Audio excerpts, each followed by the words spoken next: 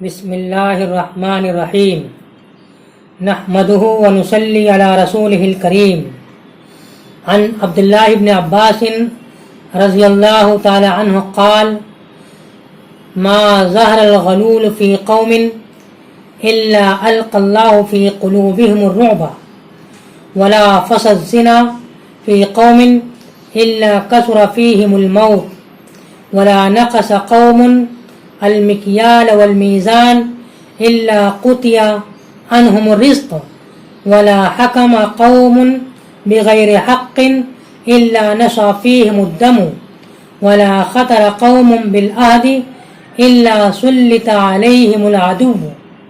رواہ مالک فی مشکات المصابیح باب تغیر الناس.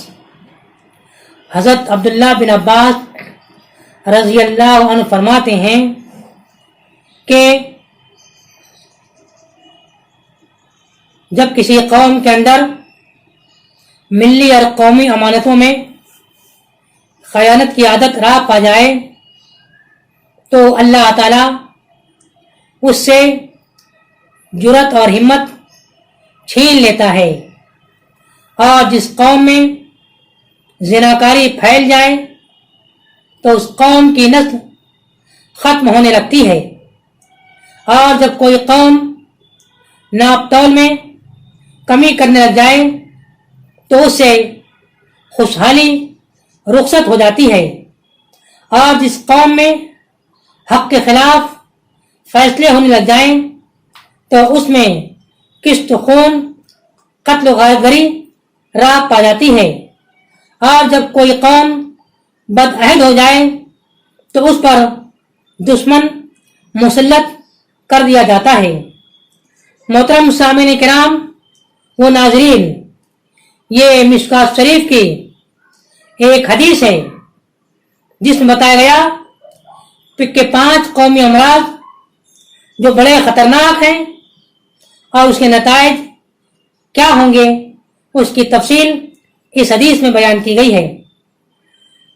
برائی انفرادی لحاظ سے بھی خطرناک ہے، لیکن جب کوئی برائی اجتماعی ہو جائے، پوری قوم میں ہو جائے، پوری ملت میں ہو جائے، عوام میں ہو جائے تو یہ اور زیادہ خطرناک ہو جاتی ہے، اور اس کا عذاب، اس کا وبال بڑا ہی مہلک اور جان لیوا ہوتا ہے. چنانچہ یہ حدیث ہمارے لیے آئینہ ہے اور بہت اہم پیغام ہے کہ ہم ان قومی امراض سے اپنے آپ کو بچائیں، اپنے قوم اور ملت کو بچائیں. محترم سامعین کرام، یہ حدیث حضرت عبداللہ بن عباس رضی اللہ عنہ سے مروی ہے. ان کا نام عبداللہ بن عباس ہے، ان کی کنیت ابو العباس ہے، ان کا لقب حبر الامہ یا مفسر قرآن ہے. حبر کہتے ہیں بڑے عالم کو، چونکہ یہ نبی کے زمانے ہی میں صحابہ کرام کے درمیان بڑے عالم تھے، مفسر قرآن تھے. چنانچہ حبر الامہ کے اور مفسر قرآن کے لقب سے وہ پوری دنیا میں مشہور و معروف ہیں.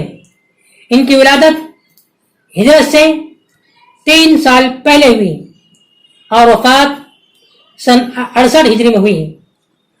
ان کی پوری زندگی درس و تدریس میں گزری. آپ قرآن حدیث کے اچھے استاد تھے اور بے شمار صحابہ کرام کو انہوں نے علم دیا. ان کی مروی روایات کی تعداد 1660 ہے، اور آپ جانتے ہیں کہ حضرت عبداللہ بن عباس رضی اللہ عنہ اس حدیث کے ذریعے ہمیں بہت اہم پیغام دیتے ہیں.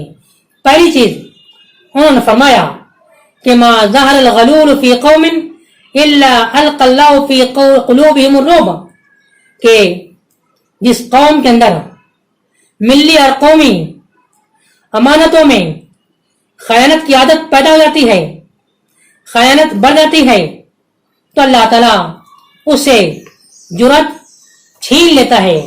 ان کے اندر بزدلی اور کمزوری آ جاتی ہے۔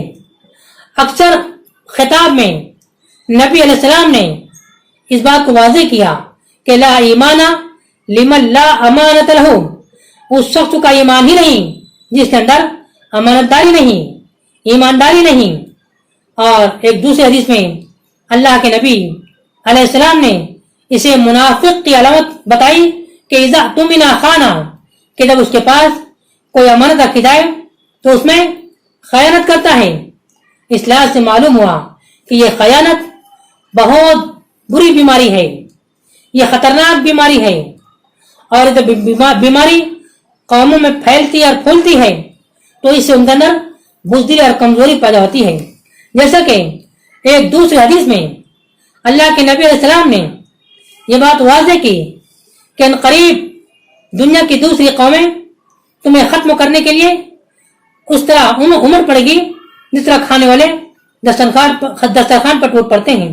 کسی نے سوال کیا کہ اللہ کے نبی صلی اللہ علیہ وسلم کیا ہم اس وقت تعداد میں کم ہوں گے، تھوڑے ہوں گے؟ تو اللہ کے نبی نے فرمایا نہیں، بلکہ اس زمانے میں تم تعداد میں تو بہت زیادہ ہوگے، لیکن سیلاب کے جھاگ کی طرح تمہارا کوئی وزن نہ ہوگا، اور اللہ تمہارے دشمنوں کے دلوں سے تمہارا روب اٹھا دے گا، ختم کر دے گا، اور تمہارے دلوں میں وہن پیدا ہو جائے گا۔ تو لوگوں نے پوچھا اللہ کے نبی صلی اللہ علیہ وسلم یہ وہن کیا ہے؟ تو اللہ کے نبی نے بتایا حب الدنیا و کراہیت الموت، کہ دنیا کی محبت اور موت کا ڈر، موت سے کراہیت۔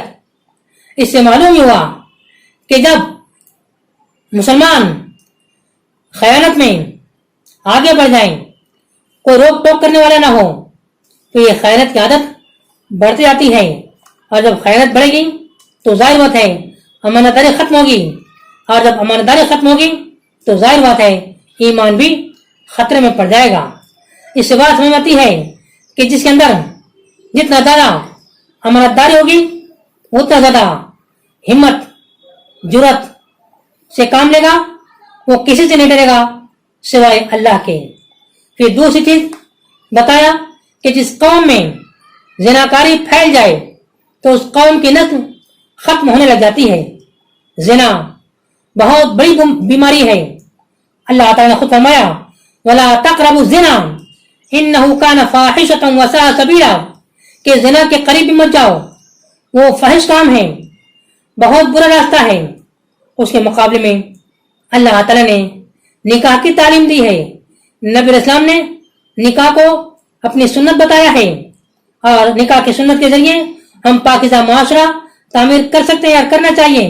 اور اس کے مقابلے میں زناکاری، بدکاری، فحاشی، عریانیت یہ اسلامی تعلیمات کے بالکل خلاف ہیں۔ اور ایک دوسری حدیث میں اللہ کے نبی علیہ السلام نے فرمایا کہ جس قوم میں زناکاری پھیل جاتی ہے تو اللہ تعالیٰ اس سے روزی چھین لیتا ہے اور ان پر قحط نازل کرتا ہے۔ اس لحاظ سے زنا کو ختم کرنا، زنا سے بچنا، اور پورے معاشرے کو، سماج کو زنا سے پاک کرنا یہ بہت بڑی ذمہ داری ہے، ورنہ اس کا وبال صرف کسی ایک فرد پر نہیں ہوگا، بلکہ اس کا وبال پوری قوم پر ہوگا، پورے معاشرے اور پورے سماج پر ہوگا۔ اس کے بعد تیسری برائی جو بیان کی گئی ہے وہ ہے کہ جب کوئی قوم ناپ تول میں کمی کرنے لگ جائے تو اسے خوشحالی رخصت ہو جاتی ہے۔ ناپ تول میں کمی یہ بہت بڑی خرابی ہے۔ حضرت شعیب علیہ السلام نے اپنی قوم کو ناپ تول میں کمی سے روکا تھا اور بتایا کہ ناپ تول میں ٹھیک ڈنڈے رکھو۔ سورہ رحمان میں اللہ نے فرمایا وَأَقِيمُوا الْوَزْنَ بِالْقِسْطِ وَلَا تُخْسِرُوا الْمِيزَانَ، کہ تم ناپ تول میں ترازو کو ٹھیک قائم رکھو، ناپ تول میں کمی نہ کرو۔ اور حضرت شعیب علیہ السلام کی قوم نے جب ناپ تول میں کمی کرنے کی برائی میں بہت آگے بڑھ گئی تو اللہ نے ان پر عذاب نازل کیا۔ تو دنیا کا عذاب تو یہ ہے کہ اسے خوشحالی رخصت ہو جاتی ہے۔ کچھ لوگ یہ سمجھتے ہیں کہ بزنس میں بے ایمانی کرنا، دھوکہ دینا ضروری ہے، اسی وقت ہم ترقی کر سکتے ہیں، زیادہ منافع حاصل کر سکتے ہیں، لیکن یہ ہماری سوچ بالکل غلط سوچ ہے، غیر اسلامی ہے۔ اور قرآن شریف ہم کو جس بات کی تعلیم دیتا ہے وہ یہ ہے کہ ناپ تول میں ذرہ برابر کمی نہ کرو۔ جب تم ایسا کرو گے تو اللہ کی طرف سے رحمت اور برکت آئے گی، اور جب تم ناپ تول میں کمی کرو گے تو اللہ کی طرف سے برکت اٹھ جائے گی، خوشحالی رخصت ہو جائے گی، اور تم بظاہر بہت زیادہ کماؤ گے، نفع حاصل کرو گے، لیکن تمہاری روزی میں برکت نہیں ہوگی۔ اور پھر چوتھی برائی جس کے بارے میں اس حدیث میں بیان کیا گیا کہ جس قوم میں حق کے خلاف فیصلے ہونے لگ جائیں تو ان میں قتل و خون بہت بڑھ جاتا ہے۔ محترم سامعین کرام، ہم کو اس بات کا حکم دیا گیا کہ ہمیشہ حق کا ساتھ دو، حق کے ساتھ فیصلہ کرو، انصاف کے ساتھ فیصلہ کرو۔ اللہ نے فرمایا سورہ نساء میں کونوا قوامین بالقسط، کہ تم حق کے علمبردار بن جاؤ اور اپنے خلاف یا اپنے رشتہ داروں کے خلاف بھی کوئی بات نہ ہو، تم حق کا دامن نہ چھوڑو۔ ایک جگہ فرمایا اعدلوا هو اقرب للتقوى، کہ تم عدل قائم کرو، عدل کے ساتھ انصاف کرو، حق کے ساتھ فیصلہ کرو، تو اس میں یہ ہوگا کہ یہ تقوی سے قریب ہے۔ لیکن جب تم حق کے خلاف فیصلہ کرو گے تو قتل و خون بڑھ جائے گا۔ آج ہم دیکھتے ہیں ہمارے سماج اور معاشرے میں قتل و خون بڑھتا جا رہا ہے، کوئی کسی کو قتل کر رہا ہے، اور کون قتل کیا جا رہا ہے اسے کچھ خبر بھی نہیں ہے، گویا کہ جانے انجانے میں قتل کا واقعہ بڑھتا جا رہا ہے، جو اس معاشرہ سماج کے لیے بہت ہی بڑا کلنک ہے، بہت ہی برا دھبا ہے۔ اس لیے مسلمانوں کو تو اس بات کی تعلیم دی گئی ہے کہ چاہے غیروں کا معاملہ ہو تو اس میں بھی تمہیں چاہیے کہ تم حق اور انصاف کے ساتھ فیصلہ کرو۔ فرمایا قرآن میں فاحکم بین الناس بالعدل، کہ تم لوگوں کے ساتھ عدل کے ساتھ فیصلہ کرو، جانبداری نہ کرو، طرفداری نہ کرو، منمانی فیصلہ نہ کرو، حق کے خلاف فیصلہ نہ کرو، بلکہ جب بھی کوئی فیصلے کا تمہیں موقع آئے تو تم حق اور انصاف کے ساتھ فیصلہ کرو، ذرہ برابر اس میں بے انصافی نہ ہونے پائے۔ اگر ایسا کرو گے تو خدا کی طرف سے رحمت اور برکت نازل ہوگی۔ اور پانچویں برائی جس کے بارے میں حدیث میں کہا گیا کہ جب کوئی قوم بدعہد ہو جائے تو اس پر دشمن مسلط کر دیا جاتا ہے۔ تو یہ بدعہدی بہت بری خرابی ہے۔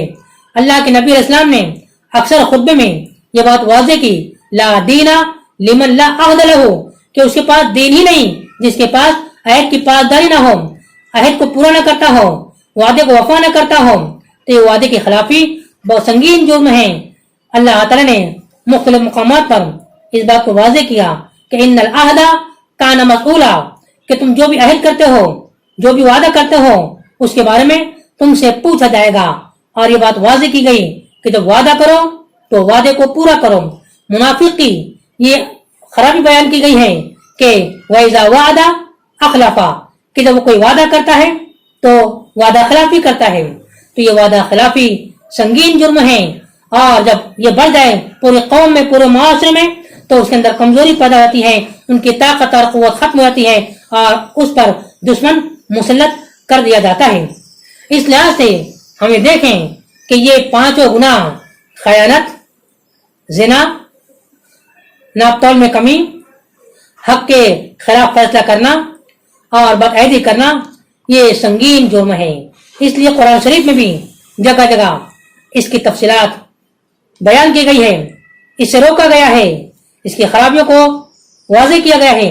اور اسی طرح مختلف احادیث میں بھی اللہ کے نبی علیہ السلام نے ان باتوں کو واضح کیا ہے۔ چنانچہ اس حدیث میں بھی 5 قومی امراض اور ان کے نتائج کے عنوان سے ہمارے سامنے یہ باتیں پیش کی گئی ہیں۔ اللہ تعالیٰ سے دعا ہے کہ اللہ تعالیٰ ان خطرناک اور مہلک بیماریوں کو، برائیوں کو ہم سے ختم کریں، ہم اسے نجات عطا فرمائے، عافیت عطا فرمائے، اور اس کے مقابلے میں جو اچھی خوبیاں ہیں، ایمانداری کے بارے میں، عدل انصاف کے بارے میں، ناپ تول میں پورا پورا دینے کے بارے میں، اور یہ کہ ہم عہد کو پورا کریں، یہ تمام اچھی خوبیاں ہمارے اندر جب پیدا ہوگی تو ہمارے معاشرے میں بہترین اور شاندار انقلاب پیدا ہوگا، خوشگوار تبدیلی پیدا ہوگی، اچھائیاں پروان چڑھیں گی اور برائیوں کا خاتمہ ہوگا، اور اس دنیا میں بھی ہم خدا کے عذاب سے، برے نتائج سے، نقصانات سے، تباہی سے بچ سکتے ہیں، اور انشاءاللہ آخرت میں بھی ہمیں کامیابی مل سکتی ہے۔ ورنہ یہ بات واضح ہے کہ اگر ان بیماریوں میں ہم پڑے رہے تو اس دنیا کا بھی نقصان ہے کہ ہماری تباہی اور نقصان ہے، بربادی ہے، مصیبت ہے، بے برکتی ہے، اور اسی کے ساتھ ساتھ آخرت کا عذاب تو اللہ کے یہاں پہلے ہی سے طے شدہ ہے، متعین ہے، اس کو کوئی ٹال نہیں سکتا۔ اللہ تعالیٰ ہمیں اس پر مزید غور کرنے اور اس کے مطابق اپنی زندگی کو ڈھالنے کی توفیق عطا فرمائے۔ وآخر دعوانا ان الحمد للہ رب العالمین۔